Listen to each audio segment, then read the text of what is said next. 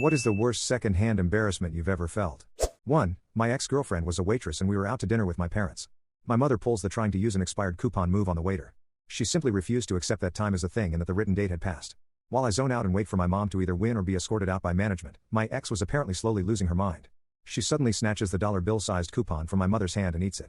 Literally tore it and shoved the pieces in her mouth. She says that since there's no more coupon, there's no deal. 2. I went to an open house and there was this older realtor helping the listing agent. He was excitedly walking around this empty house, talking about features while looking back at my husband and me, and he ran headfirst into the chandelier that would be positioned over a dining room table had one been there. It happened so quickly we couldn't even warn him. He got tangled in it and ripped it down as he fell face first to the ground, cutting himself up badly in the process. We both still cringe thinking about it.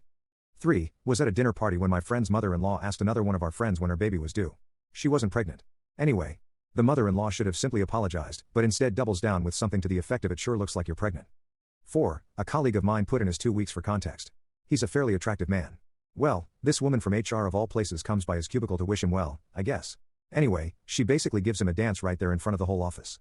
5. A girl graduating from college falling down repeatedly on the stage. She fell at least 3 or 4 times and it was like something invisible was sweeping her leg out from under her. Even she had a confused expression on her face.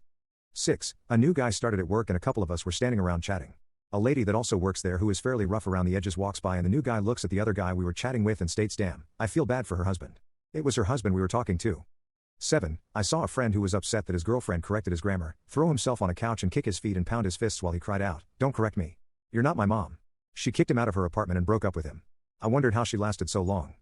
8. Was going down an escalator at the Mall of Georgia when the 90-something-year-old guy in front of me very suddenly pooped his pants. We were about 500 feet from a bathroom and he was wearing shorts.